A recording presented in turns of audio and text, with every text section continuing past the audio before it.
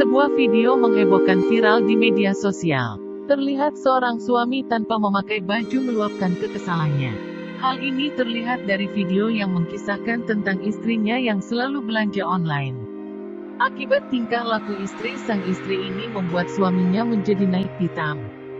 Barang belanja dari istrinya menjadi sasaran amukan suaminya yang begitu kesal dengan tingkah laku sang istri. Pada detik pertama video, sang suami dengan balok kayu memukul baju yang dibeli oleh istrinya. Dilansir Instagram om.indonesia.id. Kemudian suami membanting baju tersebut, Senin, tanggal 14 Juni tahun 2021. Setelah dibanting seluruh baju tersebut lantas dirobek-robek.